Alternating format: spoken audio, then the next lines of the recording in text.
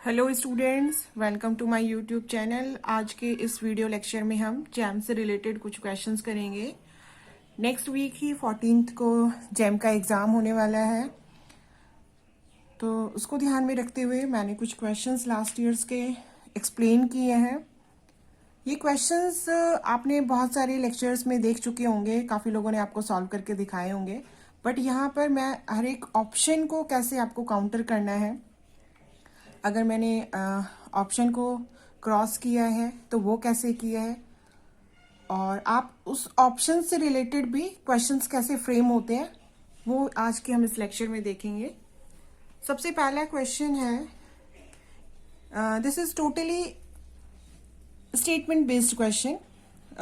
The statement is which of the following is true. तो हमें one by one step लेना है और एक्सप्लेन करूंगी मैं कि कैसे हम इस ऑप्शन को क्रॉस कर रहे हैं। तो फर्स्ट स्टेटमेंट है हमारा Zn is cyclic if and only if n is prime. Zn group आप सब लोगों को पता है, Zn is equal to 0 1 2 up to n-1 elements. अब n- जितना n होता है वहां से n-1 एलिमेंट्स हम इसमें कंसीडर करते हैं। बट द स्टेटमेंट क्या कह रहा है कि Zn क्या होगा, हमारा साइक्लिक होगा। Zn this implies cyclic only जब n क्या है, प्राइम। क्या ऐसा है? जब हम ग्रुप थ्योरी पढ़ते हैं स्टार्टिंग में, Zn is the best example of cyclic group, but यहां पर n के साथ कंडीशन ही नहीं होती कि n कैसा हो, प्राइम हो तभी साइक्लिक होगा। n कोई भी लोगे आप Zn में, when n is equal to 4 6 8 any n, but n should be finite, और n इनफाइनाइट भी हो, बट यहाँ पर तो साइक्लिक ग्रुप फाइनाइट के लिए बात हो रही है। तो n प्राइम के अलावा भी क्या होगा, ये ग्रुप हमारा साइक्लिक होगा। तो ये जो ऑप्शन है दैट इज रॉन्ग। कि अगर आपका स्टेटमेंट ये होता है every group of prime order is cyclic, उस केस में हम इसको क्या लिखते, करेक्ट लिखते। बट यहाँ पर प्राइम क्या है, Zn, तो हर केस में ही क्या होगा, साइक्लिक होगा। जरूरी नहीं है कि वो प्राइम ही हो, कोई भी नंबर हो, कंपोजिट नंबर हो, तो भी वो साइक्लिक होगा। Now the second statement is every proper सब group of Zn is cyclic. अब हमने कहा कि Zn क्या है, साइक्लिक इसने गिवन है, फर्स्ट सेकेंड। अगर स्टेटमेंट याद है, रिजल्ट याद है, तो साइक्लिक क्या है कि हमारा क्या है, हमारा जितना ग्रुप का ऑर्डर है उस ऑर्डर के एलिमेंट क्या है, उस ग्रुप में भी जी मैंने कोई ग्रुप ड्राइव किया है, यहाँ पर एटलीस्ट मुझे एक एलिमेंट ऐसा मिल गया है जिसका ऑर्डर और इस ग्रुप का ऑर्डर क्या है, सेम है, तो मेरा ग्रुप क्या बन गया था, साइक्लिक। अब ये कह रहा है कि एवरी ग्रुप ऑफ प्रॉपर सब group of Zn is cyclic. अब प्रॉपर की बात हो रही है तो एक्सेप्ट 1 और एक्सेप्ट G, इन दोनों को छोड़कर बाकी जो भी ग्रुप होगा वो कैसे होंगे, पहली बात तो वो कंटेन करता होगा, प्रॉपर सब ग्रुप उसके पास होंगे, और वो कैसे होंगे, साइक्लिक होंगे। तो यहां पर हम देखें कि by statement, by a result, every सब ग्रुप, दिस रिजल्ट से एवरी सब group of a cyclic group this implies cyclic. Every सब ग्रुप में प्रॉपर और इम्प्रॉपर दोनों सब ग्रुप आ गए, या आप कहें ट्रिवियल और नॉन ट्रिवियल। तो यहाँ पर दोनों ही सब ग्रुप्स की बात हो गई। तो ये रिजल्ट हमारा इससे क्या हो गया, ट्रू हो गया, कि यहाँ पर प्रॉपर की बात हो रही है। इस रिजल्ट में तो दोनों इंक्लूडेड हैं, प्रॉपर और इम्प्रॉपर दोनों। ये क्यों है, क्योंकि देखो जब आपके पास प्राइम नंबर होगा तो आपके पास क्या होंगे, सारे इम्प्रॉपर ग्रुप, क्योंकि अगर Z7 है तो उसके डिवाइजर्स 1 और 7 है, तो ये सारे, इनके अलावा तो कोई सब ग्रुप होता ही नहीं है, क्योंकि इसको 7 के अलावा और 1 के अलावा कोई डिवाइड नहीं करता। बट अगर मेरा ग्रुप Z6 है तो Z6 के जितने भी सब ग्रुप्स होंगे, क्योंकि Z6 क्या है, एक साइक्लिक ग्रुप है, Zn ही हमारा क्या है, साइक्लिक है, तो इसके जब सब ग्रुप्स बनेंगे बाय रिजल्ट एवरी सब group of a cyclic group is cyclic, तो चाहे वो प्रॉपर हो चाहे इम्प्रॉपर हो, वो कैसे होंगे, हमारे साइक्लिक होंगे, जानेंगे। तो रिजल्ट हमारा स्टेटमेंट 2 क्या हो गया, ट्रू हो गया। स्टेटमेंट 3 की बात करें, देखो यहां से हमने 2 रिजल्ट पढ़ लिए। थर्ड रिजल्ट में हम क्या बात करें, एवरी प्रॉपर सब group of S4 is cyclic. तो फर्स्ट क्या है, दिस रिजल्ट से S4 क्या है, एज अ नॉन साइक्लिक। भाई एस एन सिमेट्रिक ग्रुप क्या है हमारा, is a non cyclic group. अब बात हो रही है इसके प्रॉपर सब ग्रुप की। अगर मैं इसी रिजल्ट पे जाऊं तो ये तो किसके लिए लिखा था मैंने, साइक्लिक ग्रुप के लिए, बट यहाँ तो ये नॉन साइक्लिक है और वो कहना चाह रहा है प्रॉपर सब ग्रुप। तो आपके माइंड में एक ही आपके पास काउंटर एग्जाम्पल हो इस रिजल्ट को क्रॉस करने का। तो मेरे पास S4 में अगर आपको याद हो तो K4 टाइप के सब ग्रुप भी ये रखता है। K4 टाइप यानी कि identity A B and A B, यानी कि जिनका ऑर्डर 2, इसका ऑर्डर भी 2 और इसका ऑर्डर भी 2। तो ऐसे ग्रुप को हम, ऐसे सब ग्रुप्स या ग्रुप को हम क्या बोलते हैं, कैलिफोर ग्रुप की बोलते हैं। कुछ बुक्स इसको V4 भी लिखती हैं। जो भी आपको नाम से ज्यादा इस ग्रुप के बारे में पता होना चाहिए। तो S4 इस तरह के ग्रुप से रखते हैं। अगर आपको नहीं भी पता हो तो मेरे S4 का जो मैंने कंप्लीट डिस्क्रिप्शन आपको बताया है वो आप मेरे वीडियो में देख सकते हो। S4 से रिलेटेड जो वीडियो, उसमें कंप्लीट सब ग्रुप्स मिलेंगे। तो K4 टाइप के ग्रुप ये रखता है। ये K4 टाइप के ग्रुप्स कैसे होते हैं, अबीलियन तो होते हैं बट नॉन साइक्लिक होते हैं। तो प्रॉपर सब ग्रुप, ये एक इसका प्रॉपर सब ग्रुप होगा जो मुझे क्या मिल गया, इसका जो क्या है, अबीलियन तो है बट नॉन साइक्लिक है। तो ये रिजल्ट मैंने यहां से इसको क्रॉस कर दिया, ठीक है, कि ये साइक्लिक नहीं है, this is a non cyclic सब ग्रुप। नेक्स्ट ऑप्शन है, इफ एवरी प्रॉपर सब group of a group is cycling then the group is cyclic. अब ऐसे रिजल्ट्स के लिए भी हमें एक एग्जाम्पल हमारे माइंड में, बेसिकली हमें एग्जाम्पल्स जो हमारे ग्रुप के जब आपने वीडियोस देखे होंगे तो हर बार जब ग्रुप बताया गया है या उसका एग्जाम्पल बताया गया है तो वो एग्जाम्पल्स आपके माइंड में होने चाहिए। आपके पास फटाफट से एक ग्रुप आपके माइंड में आना चाहिए कि जिसकी प्रॉपर सब ग्रुप्स कैसे हैं, साइक्लिंग, तो वो ग्रुप भी क्या होगा, साइक्लिक होगा। मेरे पास एक एग्जाम्पल है, दैट इज Q8, यानी कि क्वाटर्नियन ग्रुप। Q8 क्या है, that is +-1 +-I and +-J and +-K। अब आप इस ग्रुप को देखोगे तो इसके जितने भी सब ग्रुप्स हैं, जितने भी सब ग्रुप्स क्या है, +-1 बनेगा एक सब ग्रुप, सेकंड सब ग्रुप बनेगा that is +-1 and +-I, this is also cyclic I3 +-1 and +-J and I4 that is +-1 and +-K. All these are the subgroup of Q8 and these all I1, I2, I3 and I4 are cyclic subgroup. This is the best example. ये सारे कैसे हैं, cyclic हैं, but ये जो क्वाटर्नियन group है this is a non cyclic group. तो ऐसा ग्रुप जिसके सारे सब ग्रुप कैसे हैं, साइक्लिक है, अगर ऐसा पूछ रहा है तो आप लिख सकते हो।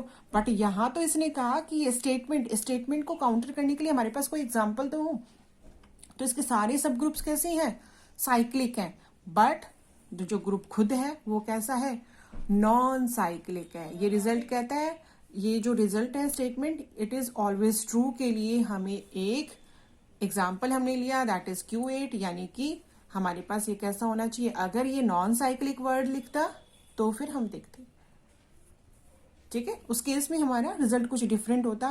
बट Q8 मेरे पास एक ऐसा ग्रुप है जिसके सारे सब ग्रुप्स कैसे हैं, जिसके सारे प्रॉपर सब ग्रुप्स कैसे हैं, साइक्लिक हैं। बट जो Q8 है that is a non cyclic group. तो यहां से अब हमने 4 स्टेटमेंट पढ़े। 4 स्टेटमेंट्स में आपने अलग अलग एक्सप्लेनेशन देखा। यहाँ पर मैंने आपको K4 टाइप का ग्रुप बताया, यहाँ मैंने Q8 बताया।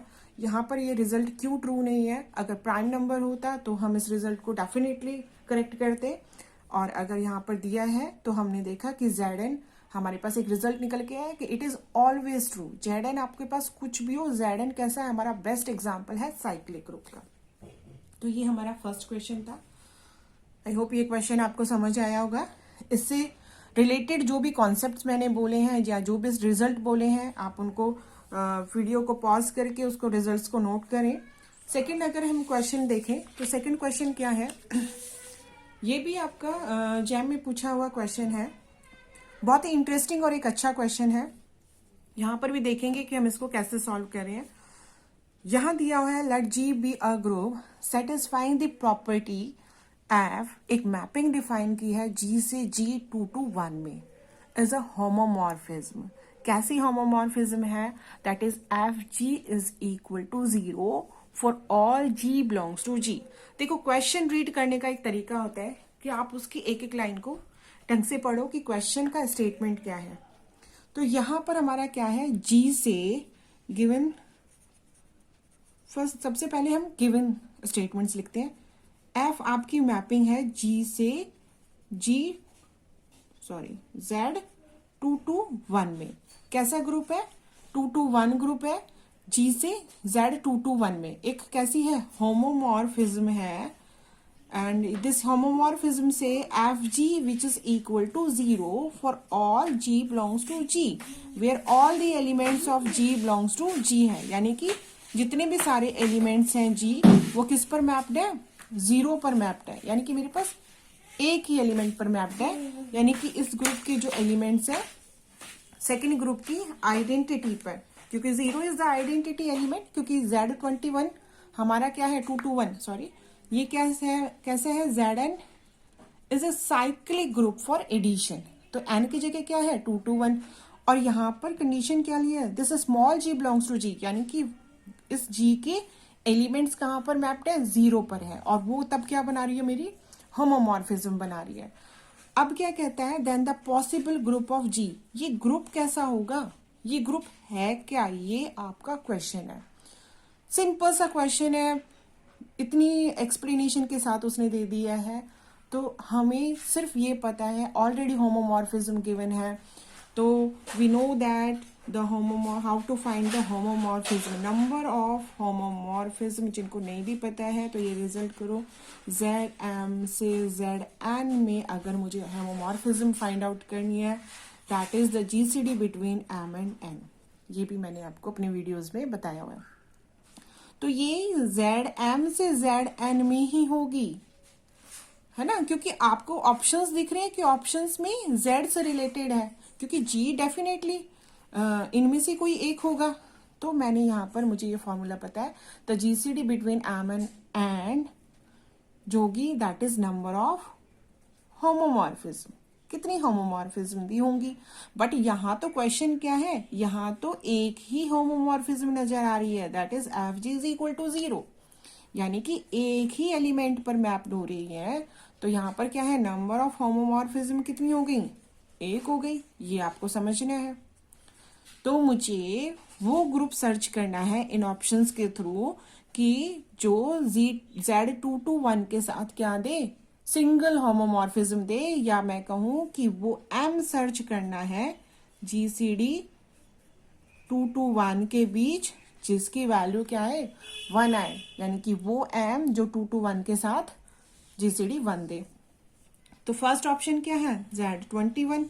21 का जरा फैक्टर, पहले 2 to 1 का फैक्टर कर लो 21 के से पहले।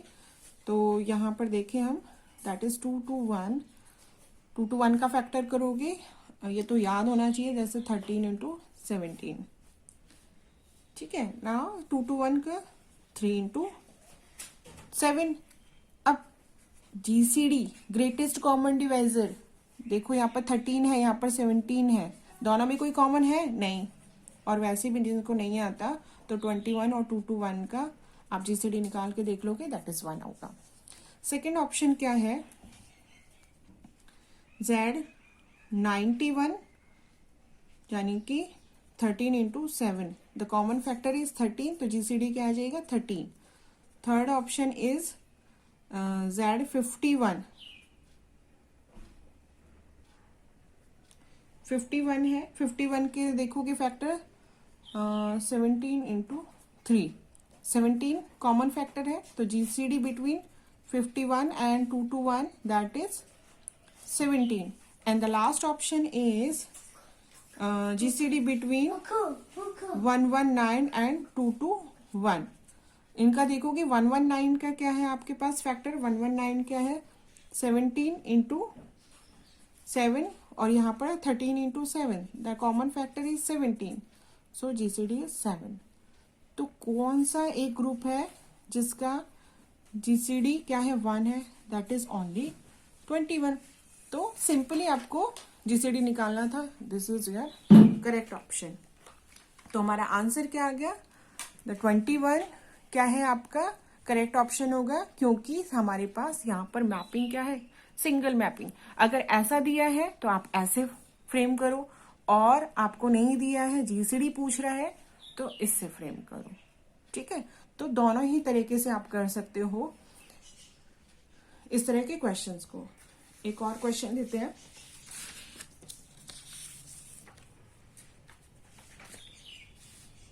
जहां पर भी ये क्वेश्चन क्या है, that is completely statement based question.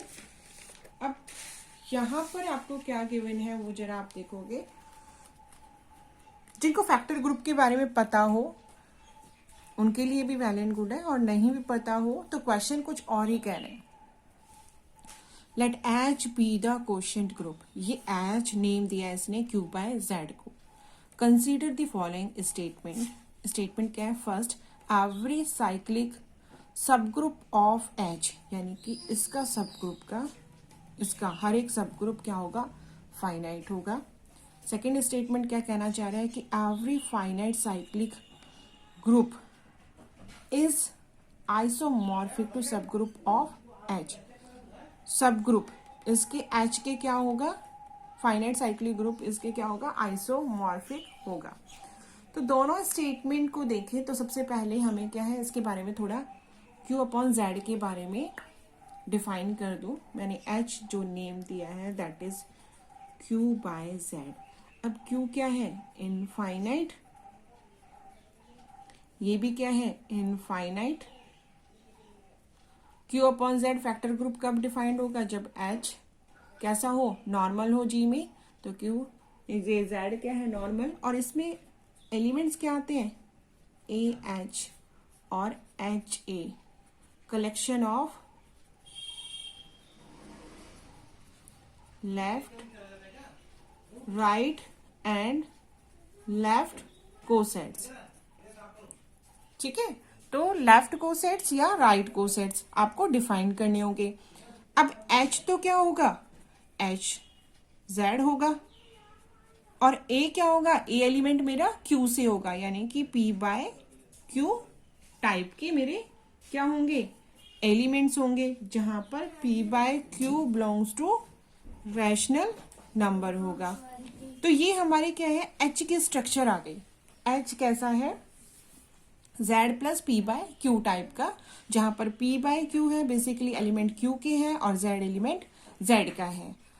अब क्योंकि ये किस पर बात हो रही है, बात हो रही है इसके सब ग्रुप की, तो सबसे पहले जरा हम इसके एलिमेंट फाइंड आउट, ये हमारे एलिमेंट्स आए तो इनमें से क्या है, एलिमेंट्स का ऑर्डर फाइंड आउट करना होगा। तो हमें एलिमेंट्स के ऑर्डर फाइंड आउट करने के लिए, अगर हम एलिमेंट्स के ऑर्डर फाइंड आउट करें, क्योंकि मेरा ग्रुप तो कैसा हो गया, इनफाइनाइट हो गया, बट अगर इनके एलिमेंट्स अगर मुझे पता है, क्योंकि सब ग्रुप उसी से ही पता चलेगा, तो इसको जरा मैं कैसे लिख सकती हूँ, P by Q plus Z, इसका एलिमेंट ऑर्डर डिफाइन करना होगा, तो ये कैसा हो जाएगा, पी प्लस जेड।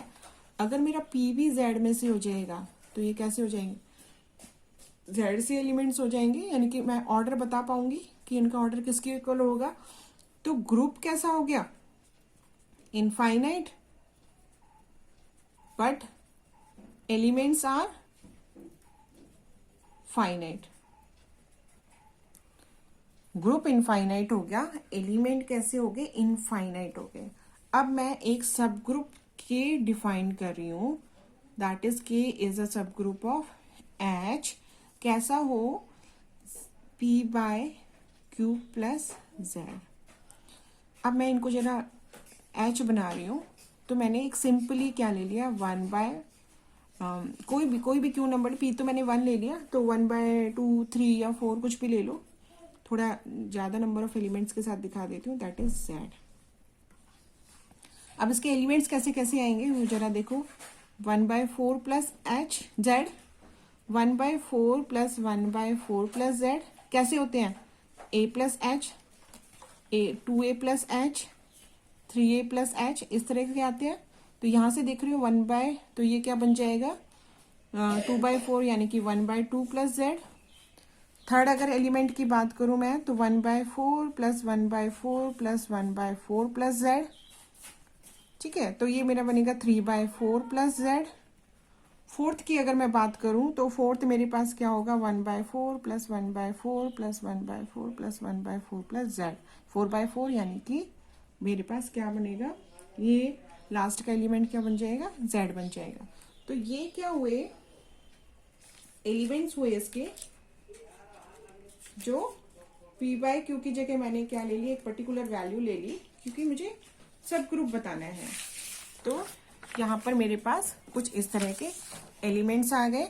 अब इनसे जरा मैं देखूं तो मेरे पास, क्योंकि ये साइक्लिक सब ग्रुप है तो 1/p प्लस जेड से जनरेट होगा। और इसका ऑर्डर की बात अगर हम करें तो आपने देखा जितना p था उतना इसका क्या था, ऑर्डर था, तो ये p। अब अगर मैं p की जगह कुछ और डिफरेंट वैल्यू लूंगी तो 1/p की पावर n प्लस जेड अगर होगा तो इसका ऑर्डर क्या हो जाएगा, p की पावर n। यानी कि बेसिकली क्या हो गया, h का हर क्या होगा, every element of h is finite. और क्या हो गया, साइक्लिक भी हो गया। तो ये क्या हो रहा है कि एवरी सब group of h is fine, every cyclic सब group of h is finite. तो साइक्लिक सब ग्रुप ही लिया था हमने और इसके एलिमेंट्स कैसे हो गए, फाइनाइट। यानी कि फर्स्ट कैसा हो गया, ट्रू हो गया। फर्स्ट एलिमेंट कैसा हो गया मेरे पास, ट्रू हो गया। अब सेकंड क्या है कि every finite cyclic group is isomorphic to a सब ग्रुप ऑफ H। अब हमें पता है every sub finite cyclic group is isomorphic to Zn। तो Zn किसके, यानी कि K के आइसोमॉर्फिक हो गया क्योंकि ये फाइनाइट साइक्लिक सब ग्रुप है। तो हमारा कैसा हो जाएगा, Zn is isomorphic to 1/p plus क्या हो गया था हमारा, Z था। तो यही क्या है, दोनों स्टेटमेंट क्या हो जाएंगे, ट्रू हो जाएंगे। तो आपके पास जो ऑप्शन है first is true second is false, ये भी नहीं होगा, ये भी नहीं होगा, ये होगा आपका first and second both are true. तो ये हमारा एक अच्छा क्वेश्चन था। अब थोड़ा सा हम क्वेश्चन लेते हैं जो नंबर थ्योरी से यूज होता हुआ है। ये देखेंगे आप क्वेश्चन, बहुत अच्छा क्वेश्चन है। इस कॉन्सेप्ट को आप जरा ध्यान से देखना। इस क्वेश्चन को हम कैसे करने वाले हैं, यहाँ हर एक स्टेटमेंट कुछ कहता है, हर एक स्टेटमेंट अपना ही एक्सप्लेनेशन दे रहा है। तो फर्स्ट अगर हम देखें कि इसने क्या दिया है, जेड स्क्वायर दिया है। अब यहाँ पर जेड स्क्वायर की जगह ये आर स्क्वायर भी दे सकता था जब एलिमेंट्स कैसे हो, रियल नंबर हो, या फिर ये जो नंबर्स हैं इंटीजर्स की जगह रियल नंबर भी हो सकते हैं। तो वो उसके ऊपर डिपेंड करता है कि वो किस तरह का क्वेश्चन देखना चाहता है। अब यहाँ जेड स्क्वायर कैसा है, Z square which is equal to a comma b such that a b belongs to z component wise addition. ये ग्रुप किसके लिए बना रहा है, एडिशन के लिए।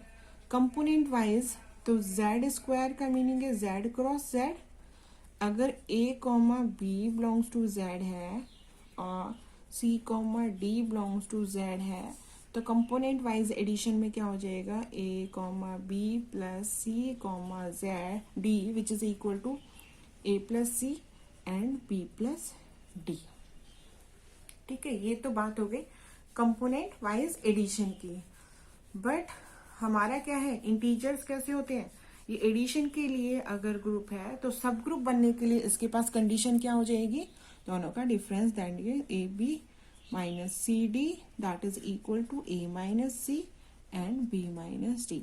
क्योंकि सब ग्रुप के लिए जो आपकी कंडीशन है वो क्या है एडिशन के लिए, कि एलिमेंट्स का डिफरेंस आपके पास अगर a बिलोंग्स टू h है, b बिलोंग्स टू h है, नाउ द रिजल्ट से a minus b belongs to h होना चाहिए। तो कंपोनेंट वाइज मैंने सब्ट्रैक्शन भी शो कर दिया है, क्योंकि यहाँ कंपोनेंट वाइज एडिशन की बात हुई है, तो मुझे ऑब्वियसली सब ग्रुप बताना है क्वेश्चन, क्योंकि यही कह रहा है फॉलोइंग इज अ सब ग्रुप ऑफ जेड स्क्वायर। तो फर्स्ट पिक करूं मैं फर्स्ट ऑप्शन।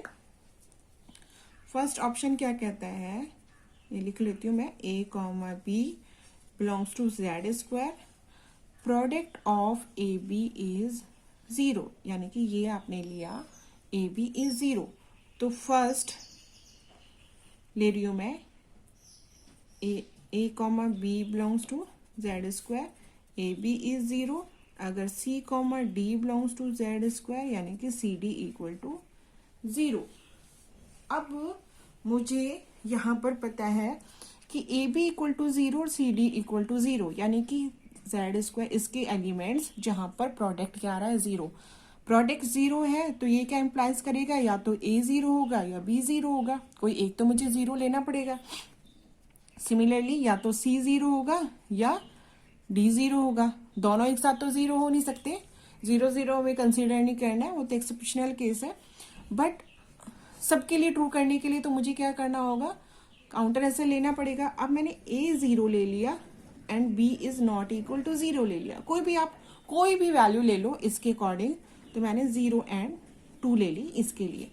सेकंड के लिए b equal to 0 and a is not equal to 0 लिया, तो मैंने ले लिया यहाँ पर 2 comma 0, all these belongs to Z square and Z square.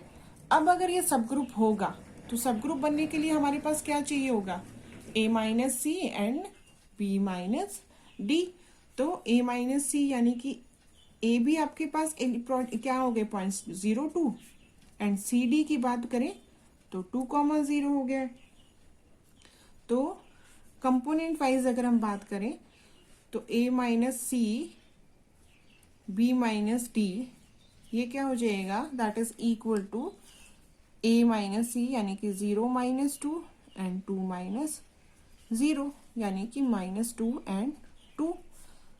तो अकॉर्डिंग टू कंडीशन ये जो वैल्यू आई है इनका प्रोडक्ट भी क्या आना चाहिए, -2 dot 2 that is equal to -4 which is not equal to 0। तो हमने कहा दिस इज नॉट अ सब group of our Z square, जो हमारा ग्रुप गिवन था उसका सब ग्रुप तो नहीं है ये। अगर सब ग्रुप होता तो इन दोनों का प्रोडक्ट कैसा देता, 0 देता। प्लीज हमें वो सर्च करना है जहां पर ये दे नहीं रहा है, जहां पर प्रोडक्ट 0 नहीं दे रहा है। तो मैंने कहा कि हमने सिर्फ इस पे कंडीशन निकाल दी, अगर दोनों ही 0 है तो देखो ऑब्वियसली हमेशा ही ट्रू होगा, या और उसमें कोई कंडीशन निकली, मुझे वो सर्च करना है अगर ये स्टेटमेंट है सबके लिए सब ग्रुप का, तो ये हर केस में सब ग्रुप बना रहा होगा। तो जब दो एलिमेंट्स का प्रोडक्ट क्या दे रहा है, 0 दे रहा है, तो कोई एक क्या होगा, 0 होगा। तो एक बार मैंने a को 0 ले लिया, b को नॉट इक्वल टू 0 लिया, दूसरे केस में क्या b को 0 लिया और a को नॉट इक्वल टू 0 लिया, और इस तरह से इसके कंक्लूजन पर पहुंची कि जब मैंने ऐसा लिया तो बाय सब ग्रुप टेस्ट इनका प्रोडक्ट क्या आ रहा है, नॉट इक्वल टू 0 आ रहा है। सो ये मेरा जो फर्स्ट ऑप्शन है वो कैसा हो गया है, इनकरेक्ट हो गया है, यानी कि ये तो नहीं है। सेकेंड ऑप्शन क्या कहता है, 3a plus 2b is equal to 15। इस कंडीशन को सेटिस्फाई करने वाले क्या सब ग्रुप होंगे, तो जरा सेकेंड ऑप्शन देखें। सेकेंड ऑप्शन इसी का देखें, तो सेकेंड ऑप्शन क्या है, 3a plus 2b is equal to 15। तो पहले मुझे वो a और b सर्च करने हैं जो इस कंडीशन को सेटिस्फाई करें। तो सेकेंड a और b की आपको क्या लेनी है, वैल्यूज लेनी है कि a और b की क्या। अब यहाँ पर कुछ भी पुट के करके देखो जो ये 15 को सेटिस्फाई करे। तो 2 तो क्या है, इवन नंबर है, तो मैं यहाँ पर लिखती हूँ 3 इंटू 5 प्लस 2 इंटू 0। आपके पास जो वैल्यू है वो रखें आप, ठीक है। आपके माइंड में एग्जाम टाइम पे प्रेशर में जो वैल्यू आपके इस इक्वेशन को सेटिस्फाई करने की आपके लिए माइंड में आ रही है आप वो पुट करें, ठीक है। ये कोई रटा रटाया कॉन्सेप्ट नहीं है, आपको लेफ्ट हैंड साइड पर equal to right hand side करना है। तो मैंने सिर्फ सिंपली a को 5 ले लिया, तो मेरे पॉइंट्स कैसे हो गए, 5 एंड 0। सेकेंड आपको, क्योंकि मुझे सब ग्रुप a माइनस सी और b माइनस डी दिखाना है, तो इसके लिए अब मैंने सेकेंड जो ऑप्शन रखा उसमें मैं पुट कर दूं 3 इंटू 3 प्लस 2 इंटू 3, 6 और 6, 6 और 9 दैट इज 15। तो मेरे पॉइंट्स हो गए 3 3। और अगर आप देखना चाहें तो a equal to 1, b equal to 6 रखेंगे तो भी क्या आ जाएगा, 15 आ जाएगा। बहुत सारी वैल्यूज हो सकती हैं, कोई भी आप रैंडम दो ले लिया आपने। अब मुझे क्या करना है कि ये दोनों पॉइंट्स उसको सेटिस्फाई कर रहे हैं, तो इस कंडीशन को भी सेटिस्फाई करने चाहिए।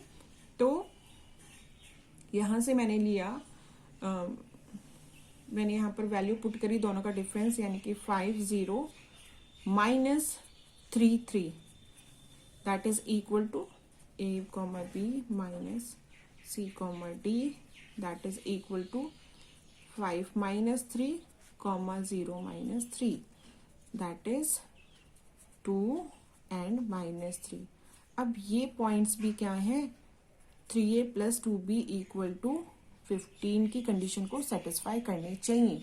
यानी कि a की जगह अगर मैं 2 रखूं और b की जगह -3 रखूं तो इनकी भी वैल्यू क्या आनी चाहिए, 15 आनी चाहिए। आप जरा पुट करके देखो, 3 2 ज़ा 6 माइनस 3 2 ज़ा 6 that is 0 which is not equal to 15। तो ये तो पॉसिबल ही नहीं है। So this is not a सब group of group Z square. तो ये भी हमारा क्या हो गया, कैंसिल हो गया। थर्ड देखें, ए बी हम ले रहे हैं Z square, 7 divides A B. ये प्रोडक्ट ए बी को डिवाइड करता है।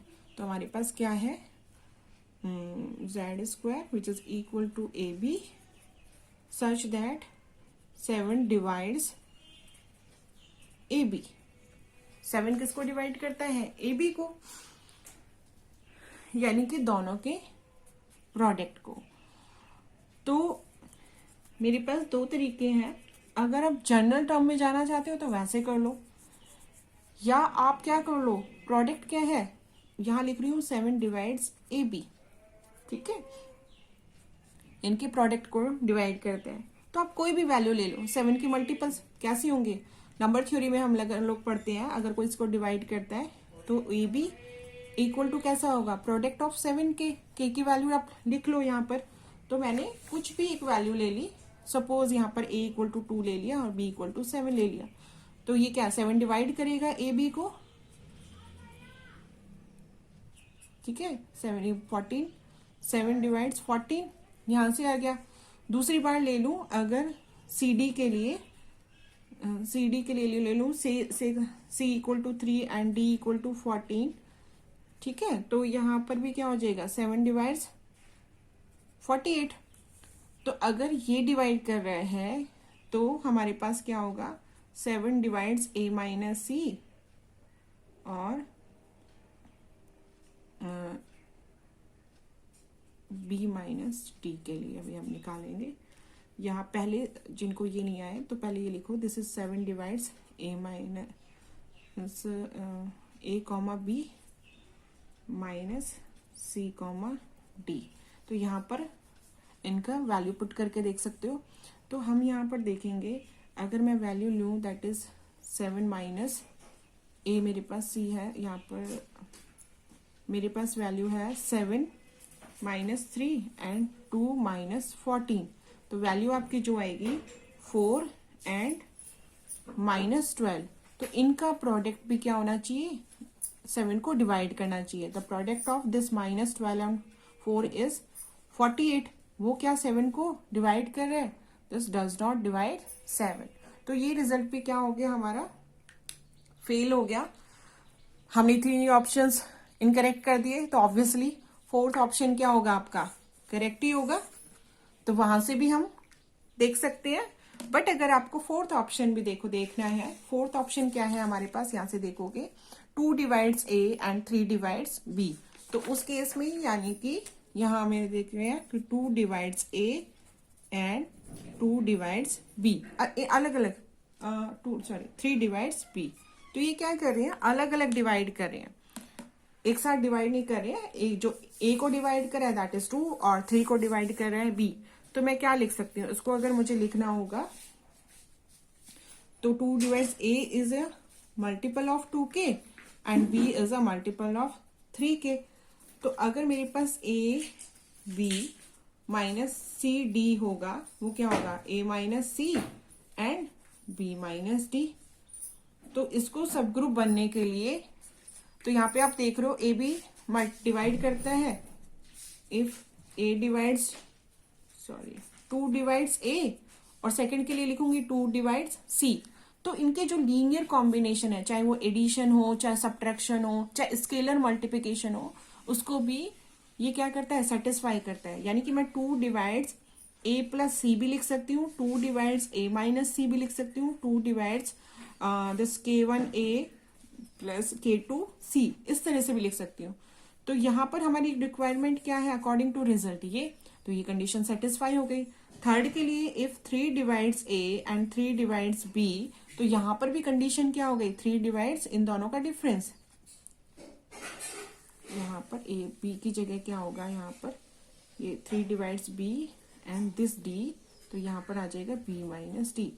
तो ये तो अकॉर्डिंग टू रिजल्ट ट्रू ही है, तो यहाँ पर तो हमें करने की जरूरत नहीं है, क्योंकि सिर्फ आपको इतना पता होना चाहिए कि अगर कोई नंबर इसको भी डिवाइड करता है, 2 डिवाइड्स करता है ए को बी, सी को भी डिवाइड करता है, तो उनके एडिशन और सब्ट्रैक्शन सबको वो क्या करेगा, डिवाइड करेगा। तो हमारा फाइनली जो है लास्ट ऑप्शन जो होगा वो इसका करेक्ट हो जाएगा। तो ये कुछ लास्ट कुछ फ्यू ईयर्स में पूछे हुए जैम के क्वेश्चंस हैं। आई होप ये आपको समझ में आए होंगे। इन रिजल्ट पे बेस्ड आप कुछ और क्वेश्चंस फ्रेम कर सकते हैं। इन रिजल्ट्स को आप अपने माइंड में, ये कॉन्सेप्ट आपको पता होना चाहिए, जिससे कि आपके आने वाले जो जैम के पेपर है उसमें आप इससे रिलेटेड और भी क्वेश्चंस कर सको। मेरी सिर्फ एक ही एडवाइस है, आप क्वेश्चन को अच्छे से ध्यान से पढ़ें।